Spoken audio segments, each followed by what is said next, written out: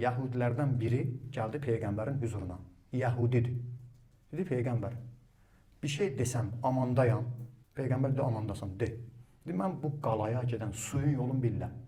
Bu qalaya filan yerdən su çəkilib. Qalanın hansı tərəfindən qazılıb, qalaya su oradan gedir. İstəyirsinizsə, mən o qalaya gedən suyun yerini isə, quyunun yeri isə göstərim. Siz qalanın suyunu kəsin, heç bir qan tökmədən, heç bir əskəri öldürmədən onları özünə təslim edin. Peyğəmbər gör nə buyurdu?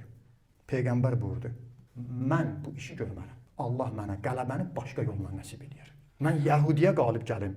Amma nə ilə? Uşaqları, qadınları, dinc insanları, hətta düşmənimi belə susuz qoymayla ki, bugün İsraildə namərd Yahudilər edirlər bunu.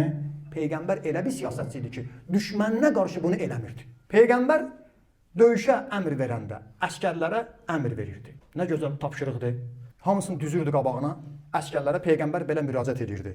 Gedin Allahın adı ilə. Müqavimət göstərin. Allaha xatir Allahın yolunda döyüşün. Peyğəmbərin millətinin, ümmətin yolunda döyüşün. Ardına qulaq as. Hilə etməyin. Silahları qoyun yerə, biz sizdən qutarırıq. Silahı qoydular, hücum çək öldür. Namərdli idi. Eləməyin bunu. Kafirləri öldürəndən sonra onların cənazələrinə hörmətsizlik eləməyin. Qulağın kəs, burnun kəs, gözün çıxart. Bu yaraşmaz. Müsəlman əskəri bunu eləməməlidir. Yaralıları öldürməyin. Əsir düşənləri incitməyin, öldürməyin. Qaçanları da qovmayın. Uşaqlarla, qadınlarla işiniz olmasın. Heyvanları öldürməyin. Ağacları kəsməyin. Suları zəhərləməyin. Evlərinə od vurmayın. Mən sizi and verirəm Allaha, məni eşidənlərə. Bir ölkə başçısı tapın, 14 əsr bundan qabaq hələ öz ordusunu döyüşə, düşmənin üstünə göndərəndə bu qayda qanunları qoysun ona.